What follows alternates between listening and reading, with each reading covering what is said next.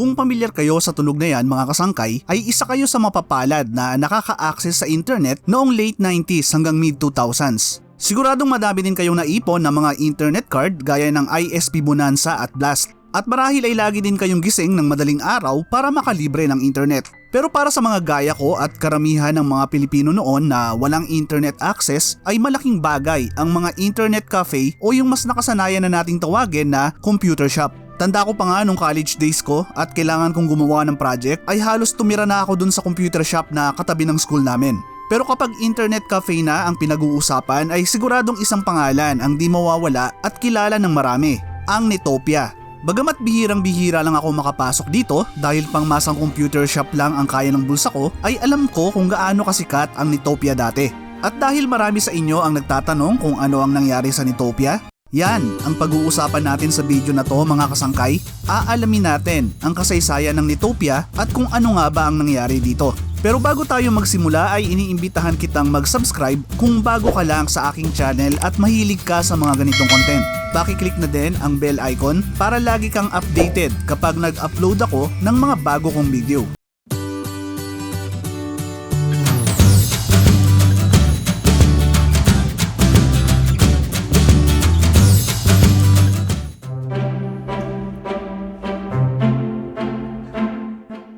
Taong 1996 pa nagsimula ang Netopia Internet Cafe nang simulan ito ng dalawang computer techie na sila Axel Cornerop at James Giab.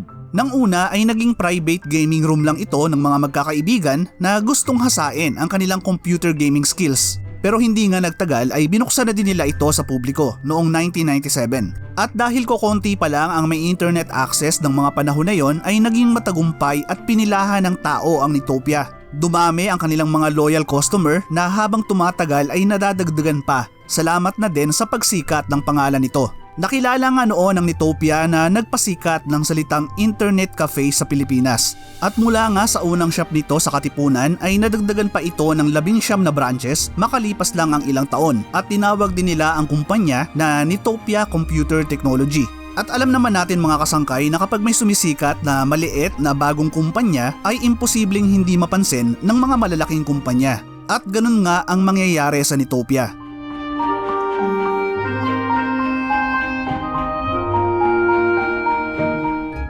Dahil sa tagumpay at mabilis na pagsikat ng Netopia ay napansin ito ng pinakamatanda at pinakamalaking telecommunications company ng bansa, ang PLDT. At noon ngang 2001 nang bilhin ng PLDT ang 40% na pag-aari ng Netopia para sa halagang 24 million pesos. Hindi magtatagal ay tataas pa sa 75% ang pag-aari ng PLDT sa Netopia na nangangahulugan na ang PLDT na ang majority owner ng kumpanya. Malaking bagay para sa tagumpay ng Netopia ang pagbili sa kanila ng PLDT. Dahil aminin natin mga kasangkay na kahit na gaano pa katagumpay ang isang maliit na kumpanya, kung wala itong pinansyal na kakayahan para mas lumaki pa ay mahihirapan ito.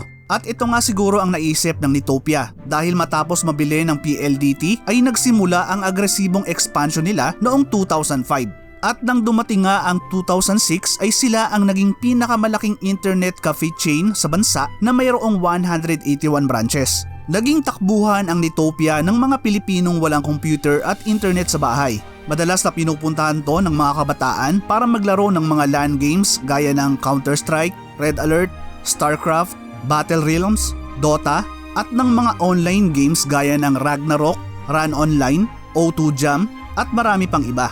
Naging kaagapay din ito ng mga estudyanteng gumagawa ng project at assignment at kailangang magpaprint. At syempre, ito din yung kasikatan ng Friendster noon kaya dinadayo din to ng mga magla-login at magche-check ng Friendster account nila. Gumawa nga din pala ako mga kasangkay ng video tungkol sa Friendster. Sa mga hindi pa nakakapanood, ilalagay ko yung link sa description sa baba. Kayo ba mga kasangkay, madalas din ba kayo noong pumupunta sa mga computer shop gaya ng Netopia? Ano ang mga kadalasang ginagawa nyo dito? Paki-share naman sa comment section sa baba.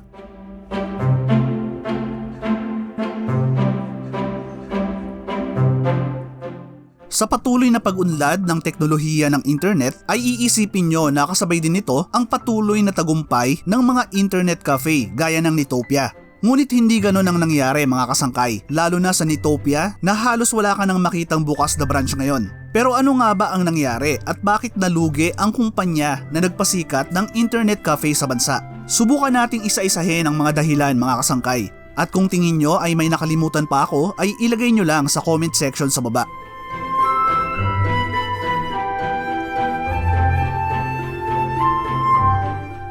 Ang kumpanya na naging instrumental sa paglaki ng Nitopia ay siya ding kumpanya na magiging dahilan ng unti-unting paghina nito kasama na ng iba pang internet cafe sa bansa. Naisip ng PLDT na hindi magtatagal ay mas gugustuhin ng mga tao na magkaroon ng mabilis at maaasahang internet connection sa bahay kung saan ay di na nila kailangan pang lumabas. Kaya naman nagdesisyon ng kumpanya na mag-focus pa sa pagdadala ng internet sa bahay ng mga Pilipino sa pamamagitan ng kanilang MyDSL at SmartBro broadband service. At dahil nga dyan ay nabawasan ang mga taong pumupunta sa internet cafe gaya ng Nitopia para gumamit ng internet. Isa ako sa nakaranas nito mga kasangkay kasi nung wala pa kaming internet sa bahay ay lagi talaga akong pumupunta sa mga computer shop para lang mag-internet. Tanda ko pa nga nung nakabitan kami ng SmartBro na 1 Mbps ay tuwang-tuwa na ako sa bilis nun at iba talaga yung pakiramdam na may sarili kang internet sa bahay.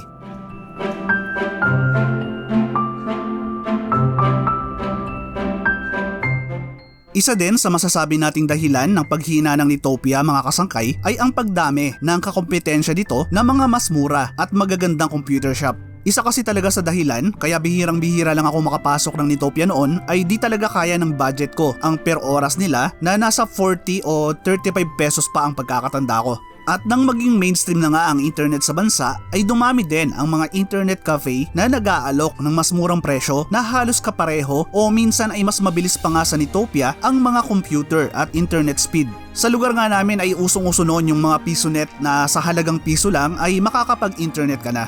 Madami din ang nagsasabi na hindi na din nag-innovate pa ang Nitopia at napag-iwanan na ng mga kakompetensya nito. Kung tutuusin ay bago pa man dumating ang pandemic ay may mga internet cafe pa din naman na namamayagpag sa bansa gaya ng Mineski Infinity at TheNet.com o TNC. Pero hindi gaya ng Nitopia ay nag-expand pa ang mga ito mula sa pagiging internet cafe lang. Maliban sa kanilang mga cyber cafe ay nakilala din ang Mineski at TNC sa larangan ng esports. Sumubok din naman ang kumpanya na nasa likod ng Nitopia na Digital Paradise Incorporated na gumawa ng isa pang brand pero nakafocus pa din ito sa internet cafe. Ito yung brand na Extreme Gaming Grounds o EGG na sinasabi nilang all-in-one digital entertainment center.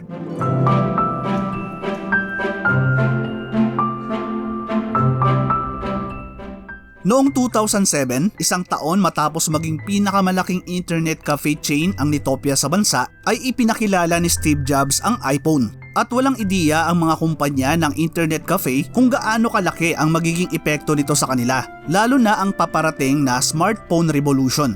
Bagamat hindi na bago ang paggamit ng internet gamit ang mga cellphone, ay hindi ito magandang experience, lalo na sa mga lumang mobile operating system gaya ng Symbian ng Nokia. Kaya nga nang mauso ang mga smartphone at lumaganap na din ang wireless internet sa bansa ay mas lalo pang humina ang Nitopia. Ngayon nga halos lahat ng Pilipino ay mayroon ng smartphone na may access sa internet. Baka nga pinapanood nyo tong video na to sa mga smartphone nyo mga kasangkay. Mapa social media man yan, online shopping, banking o entertainment ay magagawa na natin ngayon kahit saan gamit ang ating mga smartphone. Isipin nyo na lang kung wala pang smartphone mga kasangkay at kailangan nyong mag-check ng email o social media ninyo. Sobrang hassle siguro na kailangan nyo pang umuwi ng bahay o kaya maghanap ng internet cafe para lang gawin to.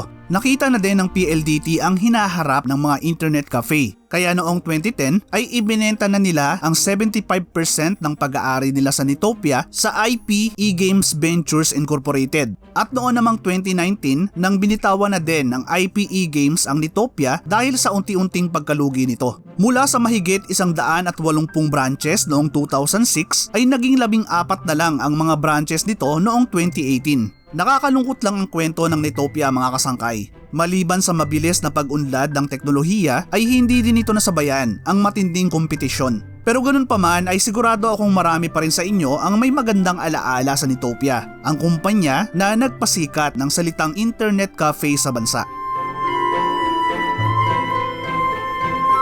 Maraming salamat sa muling pagsama hanggang sa dulo ng video natin mga kasangkay. Ano ang masasabi nyo sa kwento ng Nitopia? Maliban sa Nitopia, saang internet cafe pa kayo madalas pumupunta? Paki-share naman sa comment section sa baba. Paki-click na din yung like button kung nagustuhan nyo yung content na to. Hanggang sa susunod na video mga kasangkay. Thank you for watching.